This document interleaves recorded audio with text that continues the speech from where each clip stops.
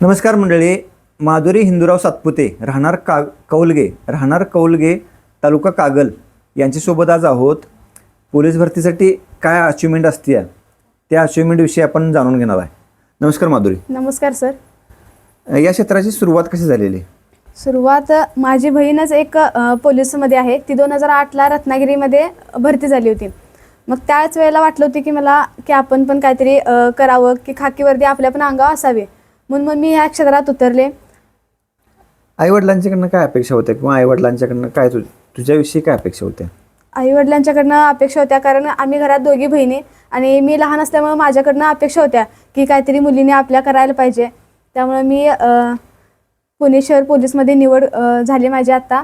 त्यासाठी मी प्रयत्न केले. शिक्षणाचा सोर्स कसा होता किंवा शिक्षण कुठे घेतलंस? शिक्षण माझं 1ली ते 10वीपर्यंत गावातच झालं. त्यानंतर 11वी-12वी सायन्समधून मी केले.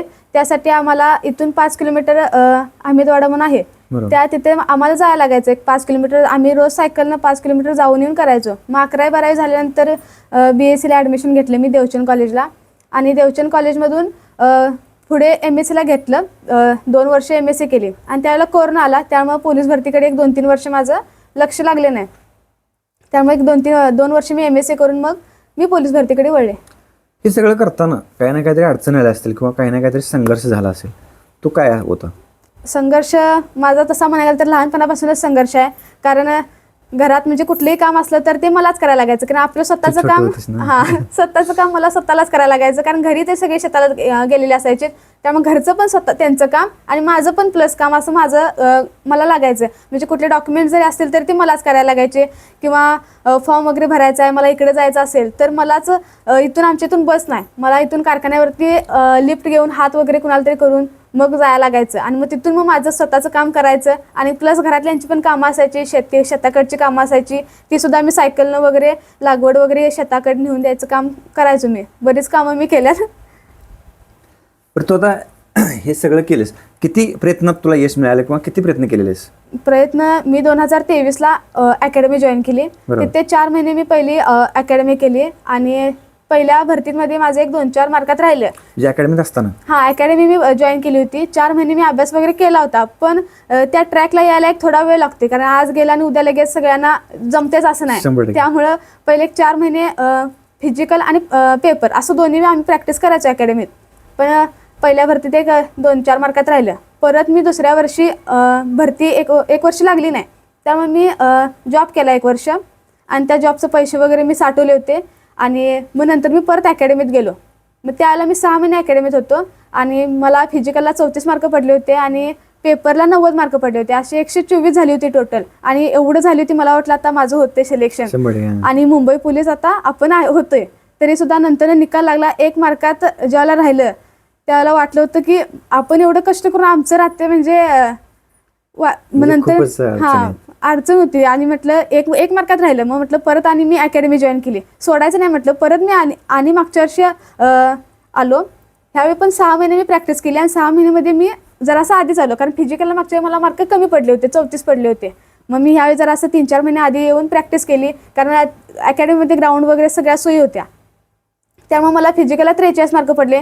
आणि पेपरचं म्हणायला गेलं तर मी MSc केली होती त्यामुळे मॅथ्सचा वगैरे असा काही विषय नव्हता.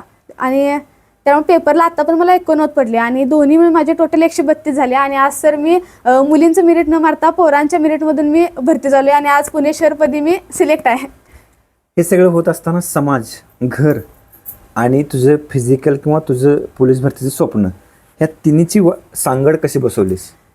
पहिला अकॅडमी जॉईन करायच्या आधी मी घरीच प्रॅक्टिस करायचो. मग सकाळी मी सकाळी एकटीच असायचं कारण गावातनं कोण मुली वगैरे नसायच्या, जास्त पुढाकार कोण घेत नव्हतं. हां, त्यामुळे मला गावातनं एकटीला जायला लागायचं. मी इकडच्या चिखलीच्या रोडला जायचो. मग सकाळी 5ला एवढ्या अंधारातनं मी 5 म्हणत 5:30ला तरी जायचो. बरोबर. सकाळी प्रॅक्टिस करायचो, संध्याकाळी प्रॅक्टिस करायचो. मग समाजातील लोक वगैरे आई वडिलांकडे असं तक्रारी यायच्या की अरे हा हिचं वय वगैरे झालंय आणि अजून हिचं लग्न केलं नाही तुम्ही आणि अजून पोलीस भरती शिकवायल्यात आणि एवढं कॉलेज केलं, हा नाही झालं तर आणि मग आता हिचं आणि 1 वर्ष पुढंच. मग असं सगळं गावातल्या म्हणजे समाजातील लोकांचं होतं. मग तरी सुद्धा आमच्या आई वडिलांनी शिकवलं आणि मी सकाळ संध्याकाळ दोन्ही टाईम प्रॅक्टिस करत होतो. म्हणजे जरी घरी असलीस तरी पण? हा, घरी होतो, घरी अभ्यास वगैरे करायचो आणि लहान मुलांचं लेक्चर वगैरे घ्यायचो, त्यातून पण माझा अभ्यास व्हायचा. म्हणजे लहान मुलांना आम्ही गणित विषय शिकवायचो, घरी शिकवायचो आणि तुझं पण प्रॅक्टिस होऊन मुलांना पण ते ज्ञान वाटलं जायचं. त्यामुळे मी सकाळ संध्याकाळ प्रॅक्टिस करून प्लस मुलांचा क्लास घ्यायचो आणि त्या क्लासमधून पण माझा अभ्यास व्हायचा आणि इतर टाइम घरी मी दिवसभर अभ्यास करायचो. आता मी तर आल्यानंतर बघितलं घर जरा थोडं एकदम म्हणजे क्रिटिकल परिस्थितीच आहे, तर हे जे पावसाळ्यात काहीतरी करतात असं म्हणत होते. होय, त्या संघर्षाला किंवा त्या परिस्थितीला कसा फेस केलास? आमचं घर पावसाळ्यात पूर्ण भिजतंय, हा सोफा तरी पूर्णच भिजतोय. आमच्यासाठी आता 2 आत रूम आहेत, त्या किचन मध्ये पण गळते पाणी वगैरे. आम्हाला पाऊस लागला की आम्हाला पाणी भरून काढायला लागते. आता पोलीस झाले तर हे स्वप्न सुद्धा मी लवकरच पूर्ण करेन. आई बाबांना एक छोटं का असेना पण स्वतःचं आणि चांगलं घर बांधून देईन नक्कीच. तरुण मुलं मुली जे पोलीस भरतीची प्रॅक्टिस करतायत किंवा आर्मीचं प्रॅक्टिस करतायत त्यांच्यासाठी काय सल्ला देशील किंवा त्यांना काय मार्गदर्शन करशील तू? मार्गदर्शन द्यायचं म्हटलं तर मोबाईल पासून जरासं दूर राहिलं पाहिजे, कारण सगळ्यात महत्वाचा पॉइंट आहे. आता घरी असले की म्हणजे त्यांचं राहू दे, पहिला माझं सांगतो, कारण घरी असलं की मी वारंवार एक तर घरातली सगळी कामं आवरायची आणि मग घरात असले की जरा टीव्हीकडे लक्ष लागायचं, मोबाईल हातात असायचा, मग ह्यामुळे अभ्यास होत नाही. त्यामुळे आम्ही एक हे केलेलं की आठवड्यातनं एकदाच फोन यूज करायचा. कुठं? अकॅडमीमध्ये आम्ही आठवड्यातनं एकदाच फोन यूज करायचा. मग फोन आला म्हणजे काय आम्ही नुसतं ढकलाढकली असं काय नाही. पहिला आलं की घरी फोन आल्यानंतर आम्ही पहिला अभ्यासाचं काय असेल ते, म्हणजे आता मोबाईलमध्ये पण अभ्यासासाठी सोर्स भरपूर आहेत. म्हणजे युट्यूब असेल, इन्स्टा पण, मी इन्स्टाला रील जर बघालो तरी माझ्याकडे अभ्यासाच्या रील्स असायच्या, कारण मी जॉईन केलं होतं महाराष्ट्र पोलीस वगैरे, त्यांचे बरेच चॅनल फॉलो करून ठेवलं होतं.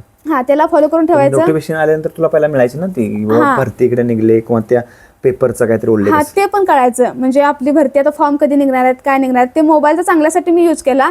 आणि चॅनल वगैरे यायचे तर म्हणजे टेलिग्राम चॅनल असायचं, त्याच्यावरचं जीके वगैरे मी काढायचो. म्हणजे मोबाईलचा चांगल्यासाठीच आम्ही यूज केलाय, कारण पहिल्या 1 मार्कात 2 मार्कात राहिले त्यावेळेला आपल्याला कळते की आपण कुठेतरी चुकलोय. मग त्यामुळे आपण पहिलाच एक क्रायटेरिया ठरवायचा की आपली प्रॅक्टिस म्हणजे टाइम मॅनेजमेंट पण पाहिजे आपल्याकडे. सकाळी आमची प्रॅक्टिस असायची 5ला चालू व्हायचं, मग 5ला ते झालं की नाश्ता वगैरे झाले की लगेच लेक्चर आणि काय असेल ते विषयांचा, प्रत्येक विषयांचा अभ्यास, परत संध्याकाळी प्रॅक्टिस. ह्या तिन्हीचं टाइम मॅनेजमेंट जमलं तरच आपण ह्या क्षेत्रात आपला निकाल आहे म्हणायचं. आता तू आता म्हणलीस ना की 1 मार्काने तू थांबलीस, त्याच्यानंतर परत आणि पहिल्या प्रयत्नात 5 मार्काने काहीतरी थांबलीस.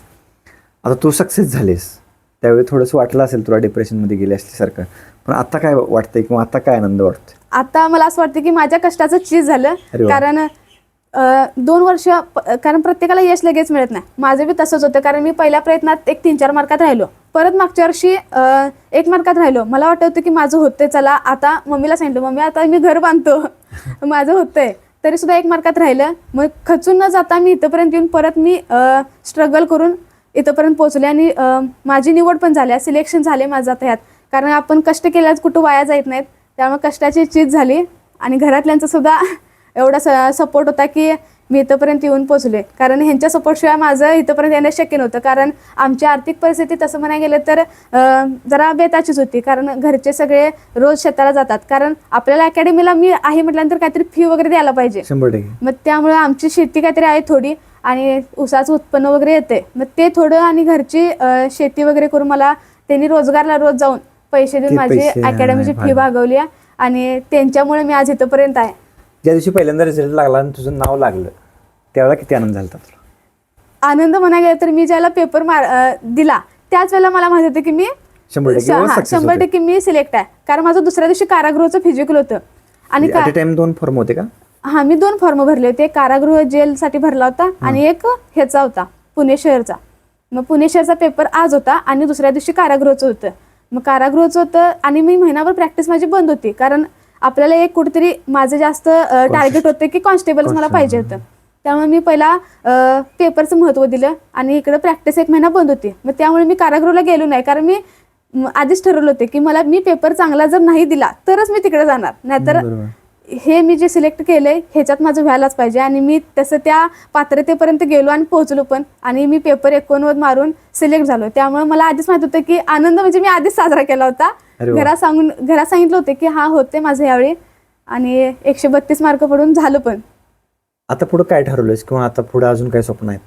पुढं आता आपली आर्थिक परिस्थिती सुधारायची म्हटलं तर पहिला एक आपण पोस्ट मिळवल्या, 100% म्हणजे आता इथून पुढं आपल्याला पुस्तक वगैरे घ्यायला लागतं असून किंवा कुठलं पण, मग त्यासाठी एक मी पोस्ट निवडली. आणि आता इथून पुढे म्हणजे पैशाचे असू दे किंवा क्लास वगैरे लावायसाठी माझ्याकडे पैसे असतील, त्यामुळे मी पुढं MPSC वगैरे देईनच, कारण आपल्याकडे आर्थिक परिस्थिती सुधारली की आपल्याला पुढं पण जाता येते. आणि आता पुणे शहर इतकं चांगलं आहे की तिथं बऱ्याच सोयी विद्येचं आहेत. माहेर आहे ना, विद्येचं विद्येचं माहेर गरज आहे पुणे, त्यामुळे तिथं आता सोर्स आहे. आणि आपल्याकडे आर्थिक परिस्थिती पण आता कुठेतरी एका आपण पदाला स्टेबल राहिलोय, त्यामुळे आपल्याकडे थोडंफार पैसे जरी असतील तर आपण लेक्चर वगैरे लावू शकतोय. आणि आता बघू पुढे मी MPSC वगैरे देईनच.